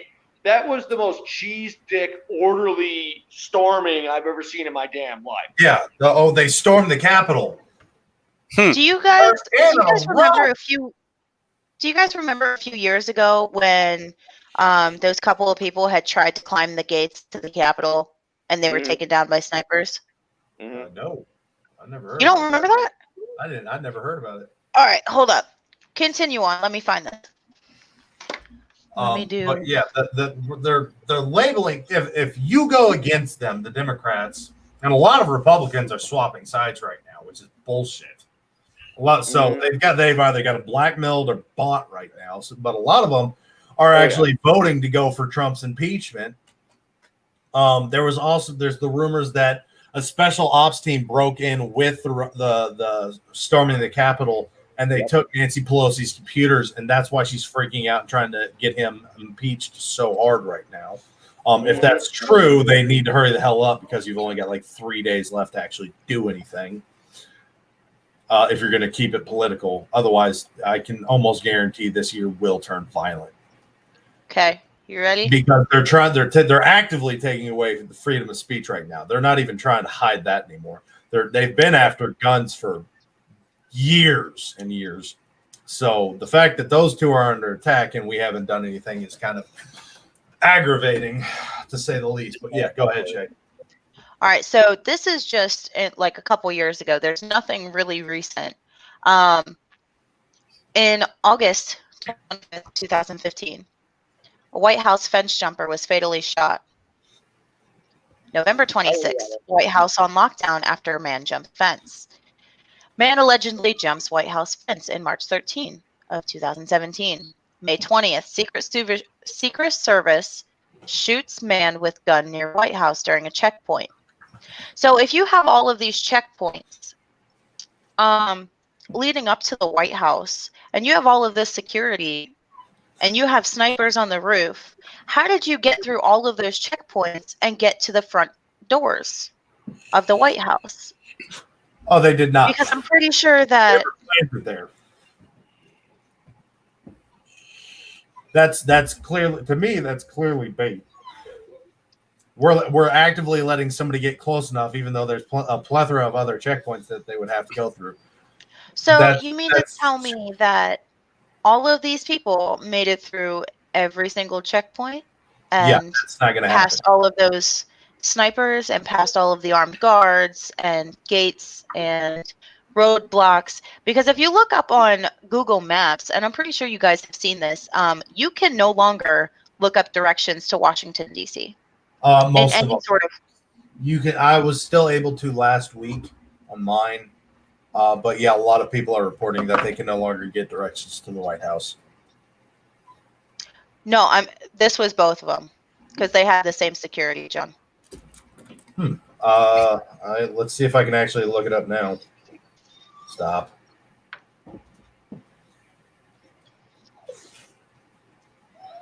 Stop, Gunny.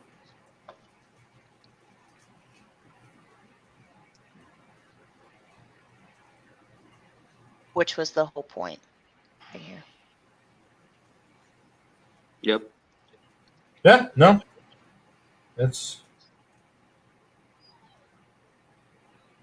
No, it gave me directions. On Google Maps? Yeah. Because it was taken down last time I looked. 21 hours, 3 minutes. Let's see. Let me look on mine real quick. Yeah, I'm going to say one thing about. All right, so it. Go ahead. You know, I apologize. I'm a total noob at this, so please bear with me. I saw some video footage, and it's on my Facebook page somewhere, where the cop was actually motioning to the protesters to run into the building. This is the level of crookedness as far as what's going on. Well, they own the media. It's mind blowing, and I'm going to be honest with you. The critical mistake I think these people are making is the fact that we veterans don't actually want to get involved. But if we're I do at this point in time. We're going to do things in a very, very, very enthusiastically violent way, you know. So, and they are really, really stirring up a hornet's nest. And I got a friend who's a moderate with a lot of liberal friends, and he's like, I'm like his closet conservative friend that he can talk to freely. And all I'm going to say to you is, if we make it through 2021 without being in a second civil war, you need to re-examine your belief in miracles if you don't believe it at this point. You know. Yeah. So what I'm getting with the whole Google thing is I was able to get directions to the Capitol building, but like the whole of Capitol Hill is like all the roads are closed. Blocked off. So yeah. So it's like, yeah, the entire. So like, if you can see it on. Nope, my camera won't do it. No, it's Nope. green screen thing. Yep. So. But I just wanted to bring that up, bring some more attention to what chaos is going on right now. We are going to open the floor up for questions for a couple minutes. So if you have any questions, comments, concerns, bitches, gripes, rights, last alibis that you want to bring up on the show, now is your opportunity to do so. I just think it's really shitty that we have allowed society to crumble thus far. I mean, the founding fathers warned us against having a two-party system from the get-go. Mm-hmm. They already knew that was going to fail millennia ago. You know, I'm going to share something from a historical perspective. Chey, I'm thinking you can probably verify this. Go on the Library of Economics and Liberty. There's a really fascinating article by Sheldon Rickman, R-I-C-H-M-A-N, on fascism. And the way I understand it, a while back, Mercedes-Benz bought out Detroit Diesel because they needed a new engine. So you know what they did? They bought Detroit Diesel. They popped off the Detroit diesel placard off the engine, and they plopped on Mercedes-Benz placard, and bam, Mercedes-Benz had a new engine. Basically, what Hitler did was he took Mussolini's fascist government model, plopped off the Italian emblem, and put on the Nazi emblem, and bam, you got Nazism. That's the way I understand it. If you guys want to confirm that. But yeah, these Democrats don't realize how truly fascist they are. They're assuming they're as stupid as we think they are. I saw a photo last night at work looking through memes, and I wish I would have saved it, but I had Nancy Pelosi as a centralist, so not left, not right. AOC was left. They didn't have anybody as far left. They had Kyle Rittenhouse as far right, and they had who the fuck was it? There was somebody else as leaning right, but none of them were Republican, other than maybe Kyle Rittenhouse. And I'm like, that's not even close to if AOC is more left than Nancy Pelosi, and Nancy Pelosi is a centralist, then I am a far right extremist.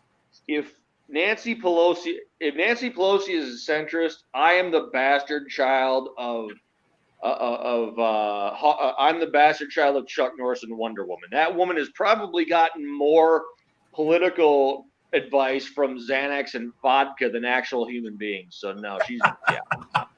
I like that. Wonder if it comes from Florida. Oh, like that. But yeah, Nancy Pelosi, and I don't know how she won the House again. Obviously, there's more fraud there going on. Blackmail material. My only advice would Keep be your gun by your side. Well, yes. However, just there's something called an unbiased judgment. You'll never have that. Yes. However, like the human brain is tailored to negate any ideas or facts that don't fall in line with our own true bias that we have already. So the problem with a lot of this is everybody is going into this with an idea, but nobody wants to face like the true facts of it, because everybody says that there's two sides to every story, but there's really three, right? There's one side, the other side, and then what actually is going on. Exactly. Which and is one thing that's one thing the Democrats have been trying to hide, is your feelings matter more than the true facts, which is bull. I would rather you be brutally honest to me and tell me the real truth instead of lie to me. But that's me. And unfortunately, a lot of the left does not see it that way. They would rather, oh, my feelings are validated. I feel good about this. I'm going to vote for him because he cares about my feelings more than what's really going on. Well, think about it this way. How do you win a political party over? Money. No. Feelings. Lots and lots and lots of feelings. What do people buy? Everything. If you go into any sort of sales job, the first rule that they'll tell you is people only buy emotion. If you can appeal to either fear or happiness. Yep. Those two, well, happiness and inspiration kind of hand in hand. So when you sell, for example, I worked in personal training for a year, right? When I was selling personal training, the biggest thing that I would appeal to is, well, what happens if you don't start with me today? You're going to get worse off, basically. You know, your problems are never going to get better. Here's what's going to happen. I'm going to be the solution, right? And that's why people give me their money. And it's the same thing that comes for voting. So what happens is when people get into positions of power, they appeal to the masses. And what the Democrats have been doing for years now, especially when Obama was in administration, and respect to any of our political parties, respectively, just because I have to say that,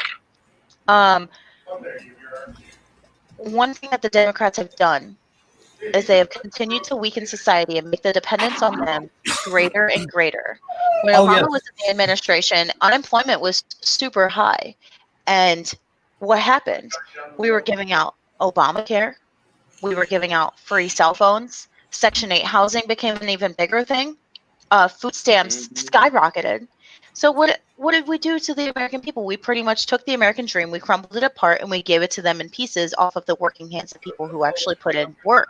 However, Cam, hold your thoughts. I go silent when you want to talk. Let me talk. Just a quick additive. It's quick. What? Teach a man to fish, you feed him for a lifetime. Give a man another man's fish, and you create a lifelong Democrat voter. Right. Well, yeah. It's just like there's a raccoon on my porch, right?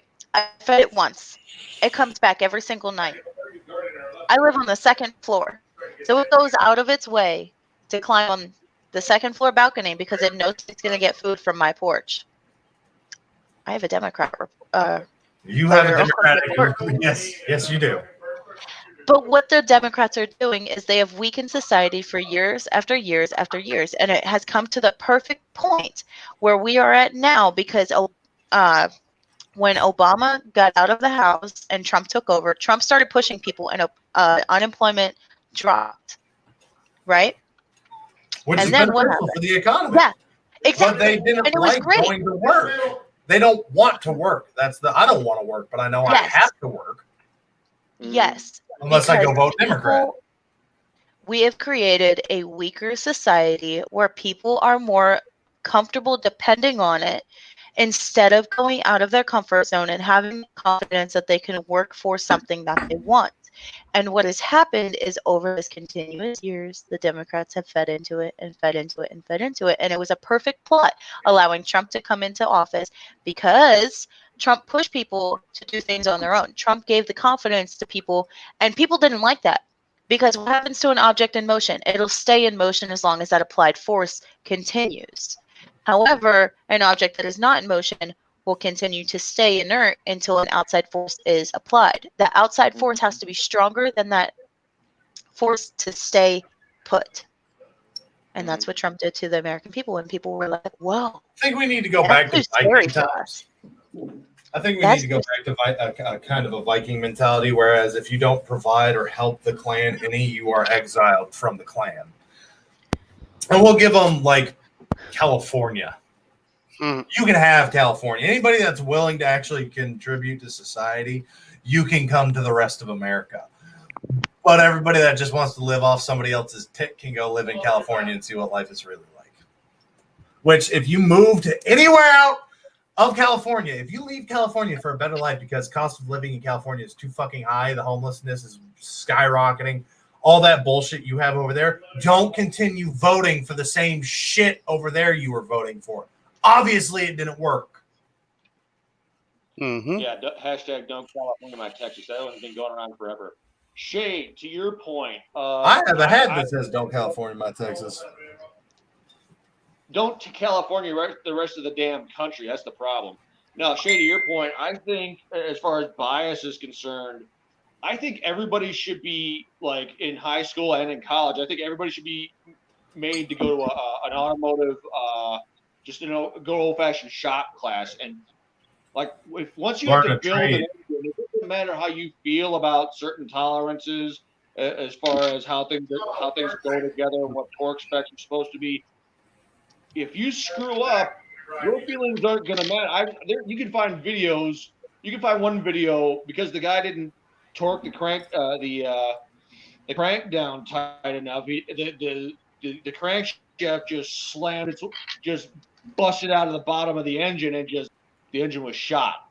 If there's a picture, there's a video of a guy at a truck pull in a Peterbilt, and I think it was either a Caterpillar or a Detroit just launched its way out of the truck, just transmission and all.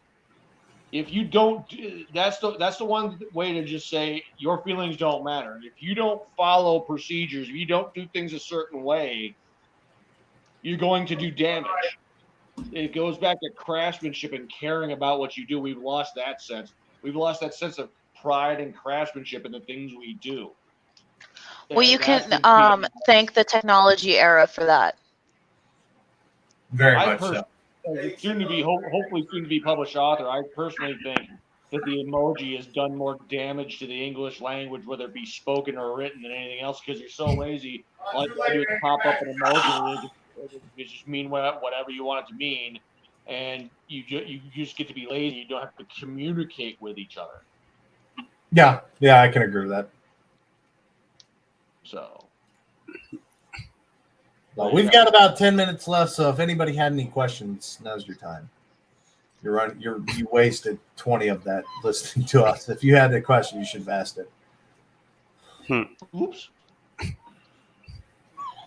Yep. All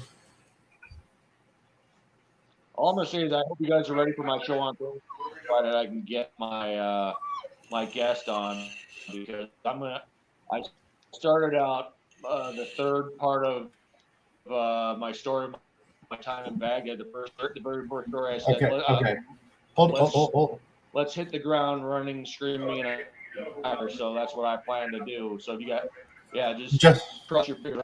The plan is to come out running, screaming on fire. So Justin brings up a point I fully agree with. The people in Congress, stop. I'm almost done. The people in Congress, God damn it, you knocked my light over, should not be allowed to vote on their own paycheck. That's like me going to a job, signing up for $14 an hour, and going, hey, I want $21 an hour. Oh, you're fucking stupid. No, you're going to pay me $21 an hour, and it's going to happen now. And it just magically fucking happens because I said so. Why did they get a $54,000 pay raise during the middle of a pandemic, but we only get $600 to live off of for another 8 months, whereas we got $1,200? So you should not. Originally, Congress was paid a per diem. They were not paid to be Congress members. They still had to go and work, which we probably should get back to that. But two things that'll help with this: if they want a pay raise, they need to bring it to the attention of the people. They need to have it voted on by the people. Hey, we think we deserve more money. Can you vote us to get more money? No, you don't deserve any more money because you only work 3 days a year. Get bent. The second thing we need to do is term limits. 50 years in politics, and the only notable thing that I can say Biden has done other than grope and sniff little kids is the 1994 crime bill, which is racist as hell. And everybody voted for him because he's not Trump. He's not the bad, mean orange man. So you were talking about having a shop class again. I think we need to have a constitutional class. Everybody needs to learn the United States Constitution and what it means. Unfortunately, you'd have to get rid of all the biased teachers that are actively pushing their political agenda onto children, which is bullshit as well. Teachers need to be unbiased.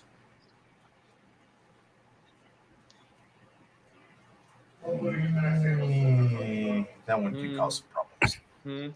Oh, but I think that's actually kind of reasonable, because then you'd get countering points. Like, make vice president and president not necessarily like different tiers of leadership, kind of make them on an even tier, so that like everything gets representation from both of the popular points of views. I'm gonna run for president one day. Yeah. You know, I'm I'd gonna one go far. live in the mountains somewhere. I would actually like. Yes, just Dean says don't give our money to foreign countries. We gave billions of dollars in their stimulus bill to foreign countries when we're trillions of dollars in debt, and we're all struggling. But we want to fund every other country. No, you have a crippled society right now. You need to get people back to life, and there are still landlords that have evicted people during this pandemic. I would Which was actually highly illegal. Well, yeah, and I try to make that point, and everybody's like, no, they can still do that. No, they legally can't. And the fact that we have continued to pay bills during a worldwide shutdown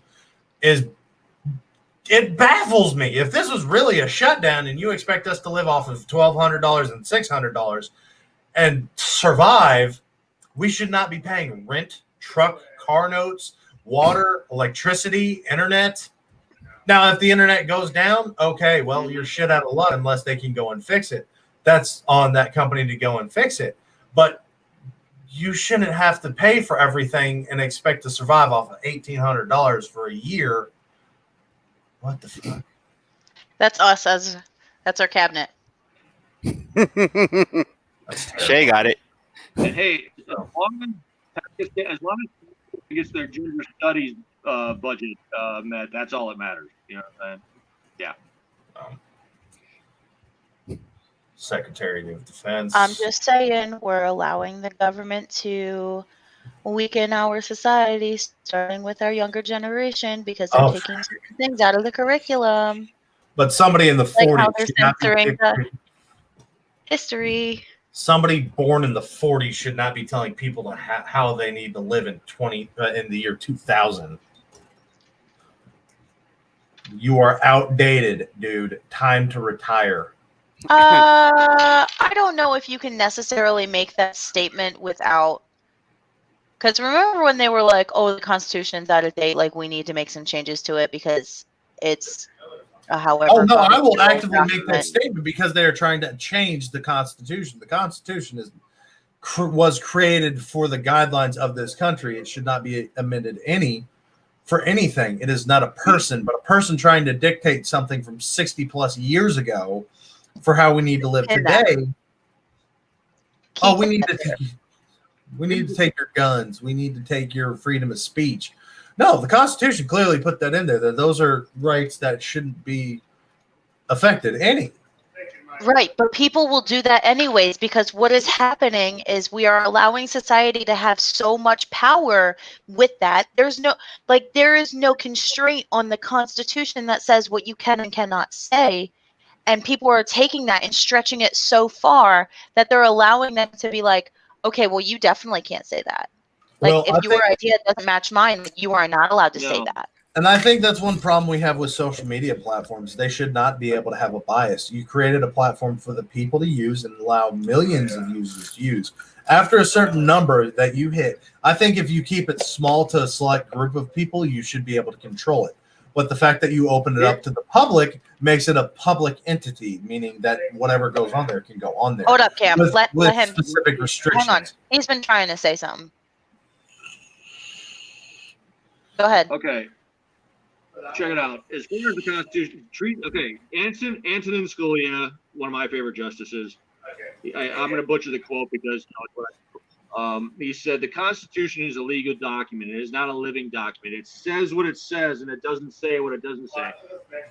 The people who want to change it the most usually have the most piss poor reading comprehension issues because essentially the Constitution's job is to restrain the government. Okay, and I go back to the fascist thing that I spoke of before. Only fascists want to outlaw speech. I don't want to. Because we defended the Constitution. What we defended, freedom of speech was designed to be as dangerous and outlandish and controversial as possible. And you had guns. be able to defend what you say. You should be able to say, aside from inciting riots or screaming fire in the movie theater and endangering the public, you should be able to say whatever you want. I agree. So, yeah, we need to get back to reading comprehension and it not being all about everybody else's pathetic feelings to manipulate people to get what you want. Talking about feelings, I think there should be a law that allows you to, if you don't like what that person said, you can throw hands and there's no legal repercussions. I'm offended by what you said. We gonna brawl. Loser buys beer. You know, I made my points. You're not listening. You started attacking my intelligence. Because that's what the Democrats really do. They don't want to state facts. They want to state opinions, and they want to state you're fat, you're overweight, you're retarded. They attack you personally instead of going after the argument itself. So I think at that point in time, you should be able to throw hands. I think at this point nothing comes of it. I think at this point we should also take an opportunity to introduce Mickey's new show. Yes, we've only got 4 minutes left, so go ahead and do all the shout outs for us, Athen. So, well, first of all, we got shout outs. We want to throw a shout out to State of Mind for allowing us use of their song Can't Stop Me. We've also got the Last Comic Standing from Redneck Pimp. Not sure, can't remember all the exact details, but you can find that on the Woe Entertainment page. Yes, you can find that on the Woe Entertainment page. Yeah, March 13th, and they're looking for comedians and judges. We also want to remind you of Warrior Fest coming up later on this year. Go ahead, check that out. Still needs to dye his hair pink. I do still have to dye my hair pink. We're looking for lots of bands and stuff like that to be showing up to Warrior Fest this year. So let's look into it. And also, we're trying to give out points for that. And then we're gonna let Mickey throw us in on his new show. If he's not frozen anymore. Shut up, Justin. Oh yeah, hey. Well, first of all, let me thank you guys for welcoming me because I don't know if you guys know this, but I was in a really bad place. Justin offered me the show about 5 minutes after I told my Wounded Warrior Project buddy I wish he never would have saved my ass in New Jersey after my diabetic coma. And so I really need to do this right to make sure I can, as much crap as we talk about how much we're supposed to care, I want it really work. So I can say I did something beneficial for the veteran community. So, and again, I'm going to hit the ground running, stringing on fire Thursday. So thank you for. Well, that's, again, we talk about it, as often as we can get to it. But the reason we do these shows is for the entertainment of not just veterans, but everybody everywhere. And one quote that I will say that one of our founders says a lot is, if you're laughing, you're not crying. And that's what our goal really is here. And that's why we do these weird news articles on this show, is because it makes you go, what the hell, and laugh a little bit and really question society. And especially think if you can take 2 feet of Christmas tree up the vagina. But it distracts you from the normal day-to-day.